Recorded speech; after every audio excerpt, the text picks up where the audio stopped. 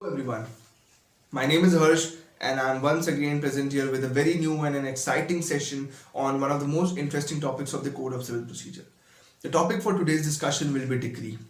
Now, decree is a term that we come across a lot many times if we are referring to various civil suits, if we are talking about the Code of Civil Procedure. This is something we need to be familiar with.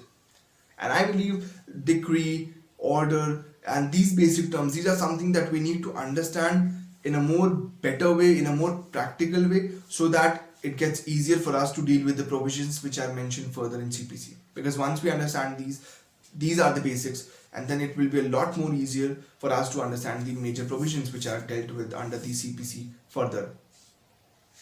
Now, initially, we'll be talking about the provisions that have been provided under the CPC. Then we'll be breaking it down to various components and discussing about the same in the light of various relevant case laws, so that it provides us a more practical and real life examples to understand how relevant these provisions are in the current legal world.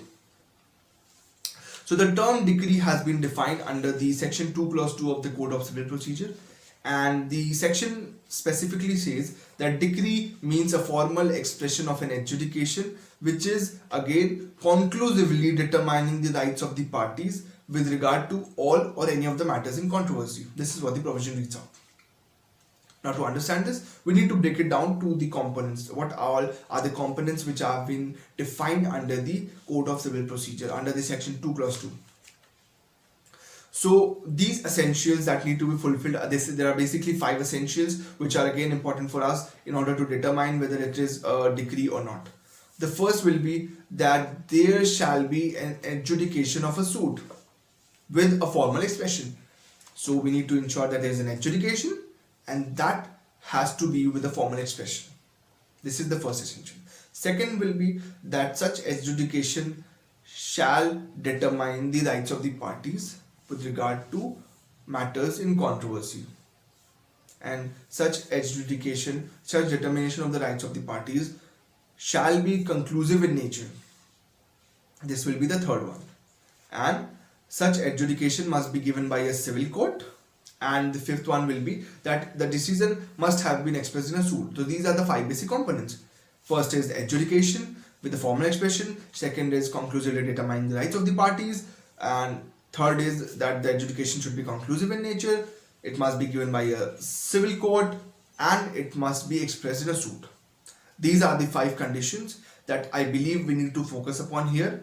And in cases where we believe that these 5 cases are fulfilled, we can then determine that document, that thing, as a decree.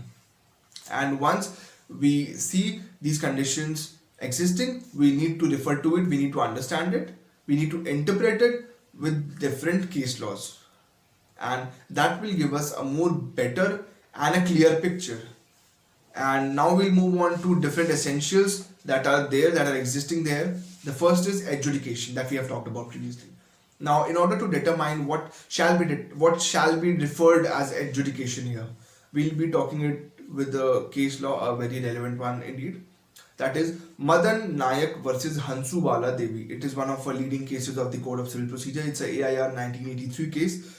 And in this particular case, the court explicitly held that adjudication means a judicial determination of the matter in controversy. This is what adjudication means. There should be a judicial determination of a matter in controversy. And in cases, if there is no judicial determination of the dispute of the matters in controversy, then it should not be referred to as a decree. So the adjudication means a judicial determination of the matters in controversy. Again, the court also further expanded its view, and the court said that such judicial determination is to be done by the court and not by any other body. Now, in cases we see there are some orders passed by some officers, some public officers, so that has not any relevance to the term adjudication here in the light of decree. It should be a judicial determination, it should be by a court of law. These are the 2 conditions that we need to fulfill in order to understand that whether it's an adjudication or not. Now, the second is adjudication, which is determining the rights of the parties in regard to all the matters in controversy. This is what we said. Now, when we talk about the term rights under the legal context, there are mainly 2 types of right that we refer to all the time. This is The main two types, basically, there can be other as well, but the main two will be here: the procedural rights and the substantive rights. These are the two rights that a party have in any kind of suits. So here, when we talk about the determination of the rights of the parties, we are talking about both the substantive as well as the procedural rights. And the definition of rights of the parties that we are talking about in this particular definition that has been given under section 2 clause 2, the term rights of the parties have reference to the rights to relief. What are the rights to relief that the parties have? And the rights can be referred to as both the procedural as well as the substantive rights. So in such cases, every order of the trial court which is giving grant or refuses the relief to the parties can be referred to as a decree. And in this case, there must be an adjudication which is determining the rights of the parties, and thus in order for dismissal for default of appearance is no determination of the rights of the parties, so therefore it is not a decree. This shall not be considered as decree. So we referred to two of the important situations. First was the adjudication, we understood in the light of the cases Madan Nayak versus Hansubala Devi. Second was determining the rights of the parties, where we understood that the rights should be procedural as well as substantive, and it has relevance to the right to relief as well. This is the two conditions that we've talked about. The third condition is conclusively determining those rights. Conclusive determination. What do we mean by conclusive determination? It means that the decision that the court is giving must be conclusive in nature, which means it should be final with regard to the court which has passed it. It should not be some temporary orders, as we have seen in the case of CPC. There are some interlocutory orders which are also being passed in various cases, which means temporary orders which have been passed by the court. So the temporary orders will not be considered as a decree here in this case, because we are talking about conclusively determining, which means it is a conclusive and final with regards to the court which have passed the order. So interlocutory order cannot be considered as a decree. The thing has to be considered as a decree only if it is conclusively and finally determining the rights of the parties. Conclusive and final determination is important. Now these are the three major things, but again when we talk about this section 2 clause 2, a decree can also include few more things, which is as I have also talked about rejection of plaint. There is one more session that I have taken previously. You can refer to it on the Supremo Amicus channel only, which talks about rejection of plaint. The rejection of plaint has been given under Order 7 Rule 11 of the CPC only. It talks about certain grounds whereby the court have right to reject a plaint in a particular proceeding. So a rejection of a plaint can also be considered as a decree because it is satisfying the conditions which are mentioned in the section 2 clause 2, and a determination of any question within the section 144. Now what is 144? The 144 section talks about the application for restitution of a particular thing in a suit. Application for restitution. So the matters that are referred to under section 144, the determination of questions under the section 144 can be referred to as a decree, because I previously told you that the points that I mentioned previously were again a possible explanations of the same, but the list was not exhaustive. Depends, it differs from case to case. There was another leading case in this regard, which was Bashir versus Jamir. Now what was held in this particular case was regarding the rejection of a plaint that I mentioned. It is under Order 7 Rule 11. So the court in this particular case said that rejecting a particular plaint, basically in a case on the ground of lack of jurisdiction is a decree. If it is lacking a jurisdiction, there is a lack of jurisdiction and the court is rejecting the plaint on that ground, then it can be a decree. That is what was said in the case of Bashir versus Jamir, and I believe it is an important case because it is on one hand we are saying that rejecting a plaint is a decree in various ways, but then again, as I told you, when we talk about the civil suits, the things change, the situations change. So in order to understand it in a more real life example, we can refer to these case laws. Now what shall not be a decree? We have talked about a lot many things that can be considered as a decree, but what cannot be considered as a decree? There are two major things. The first is any appealable order. Now the CPC grants the right to appeal the rights of appeal have been given under the Code of Civil Procedure itself. So orders which are appealable cannot be a decree, because the third condition that we talked about, which was conclusively determining. Conclusive meant final and conclusive determination of the rights of the parties. So appealable order is again not final. It have the chances of being changed. It have the chances of being heard again. So it's not a conclusive determination. So any appealable order cannot be included in a decree. And in cases of dismissal for default, it shall not be a decree, because it was no adjudication and it was again not determining the rights of the parties, because the case was outrightly dismissed for default for the non-compliance for the provisions in different cases. That's what we understand in this basic concept. So this was enough for us to understand what is a decree and what isn't. But now we'll be talking about the types of decree. In the next part, we are talking about the types of decree. Now, decree are mainly divided into a few parts, and according to the definition that has been provided under section 2 clause 2, a decree can be a preliminary or a final decree, or it can be partly preliminary, it could be partly final, and it is a deemed decree. These are the final and the main types of decree that has been provided under the Code of Civil Procedure of the civil suits of the cases that we discussed. These are the major types of decree that we refer to: final or preliminary, partly final or partly preliminary, or a deemed decree. Now, what does the term preliminary decree means? A preliminary decree mainly means a decree whereby we see that the further proceedings have to be taken before the court is completely disposing of the case. Like we talked about the interlocutory order. It was a temporary order which is passed by the court before the final disposal of the suit. So, in the similar manner, a preliminary decree means a decree has been passed, which is again satisfying the conditions that have been laid, so it will refer to it as a decree only.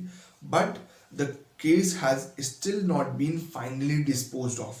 Therefore, it will be treated as a preliminary decree, because there are still conditions left for completely disposing of the case. Now, to understand this in a better way, there is a very famous case which is Shankar versus Chandrakant. Now, what happened in this case was the court stated that a preliminary decree is one which declares the rights and liabilities of the parties, leaving the actual result to be worked out in further proceedings. We're talking about the rights and liabilities of the parties initially, and it will be determined by the way of a preliminary decree. But the actual result has to be carried on in the upcoming and the further proceedings. This was the definition which was provided under the Shankar versus Chandrakant case. And the examples, there are various examples we can talk about the preliminary decrees. It's the suit for Messner profit. The Messner profit again has been defined under CPC, which I'll be discussing in the coming sessions as well. It can be the dissolution of partnership, suits relating to partition. In such cases, preliminary decree might be passed, but again, the actual thing has to be carried on in the further proceeding and shall not be completely disposing of the case. This is what preliminary decree means. Now, moving on further, we will talk about the final decree. Now, what is a final decree? It will obviously be the complete contrary of what we talked about the preliminary decree. A final decree is something which is completely disposing of the suit, and it is finally settling all the questions and controversy which are existing in any particular case between the parties, and nothing remains to be decided thereafter. They are obviously and very abruptly completely opposite to each other. One is determining few rights and the further suit needs to be disposed of in the further proceedings, but final is completely determining all the rights and there's nothing left to do further, so that will be a final decree. Now, a decree can be said to be final in three ways. There are three things that we need to look after to determine whether it is a final decree or not. The first is that there is no appeal lying, as I previously told you that an appealable order cannot be a decree. So in order to determine that whether it is a final decree or not, we need to see that there isn't any appeal lying further within the prescribed period of time. Second is the matter that has been decided by the decree of the highest court. Because once we see that it has been decided by the highest court, there is no further appeal that is lying, because once it is went to the highest court, there is no one above it, so we can obviously not appeal in that particular case. So that means again that there is no appeal lying and it has been finally decided. The third condition is when the decree is completely disposing of the suit, then it can be final decree. So these are the three conditions that we need to focus. First is that no appeal is lying. Second, that it has been determined by the highest court. And the third is that it is completely disposing of the suit.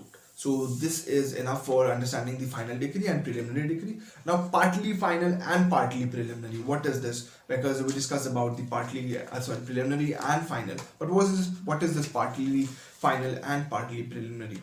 Now a decree which is inheriting characteristics of partly preliminary and partly final is generally passed in the suits which are concerning with the possession of land and misdemeanor profits. In such cases, we can see that the court orders to deliver the possession to a particular party of the land in favor of the plaintiff, and then directs further that the inquiry regarding the mesne profit is to be carried on further. And the first portion of the decree is final, whereas it is directing actually basically the delivery of the possession to the plaintiff, while the second portion will be preliminary as it direct to inquiry to mesne profit. So I believe that was enough for us to understand, because we saw in the first part of the decree, the court said that the possession has to be transferred to the plaintiff, which means it's finally determining its rights. And the second is on the determination of mesne profit. So that is the part which has to be determined by the way of inquiry. So it's partly preliminary, it's partly final. In one part it is finally disposing of that particular right. In another part it is just talking about an inquiry which is to further determine that whether it is a mesne profit case or not. Now the next thing are the contents of decree. What are the contents? Now according to the order 20 Rule 6 Clause 1 of the CPC, a decree shall contain the following things. What all are the things that are to be mentioned in a decree? It shall contain the number of the suit, it shall be containing the names and description of the parties, it shall contain the particular of the claim, like what all the claims that the plaintiff is claiming or the things that are required to be mentioned in that case. It shall also specify things which are that the relief that has been granted and another such information that can be referred on to. So these are some major contents that are to be mentioned in the particular decrees, and I believe that will be enough for our today's session, and we will be meeting very soon to discuss more upon the Code of Civil Procedure further. Thank you so much. Have a nice day.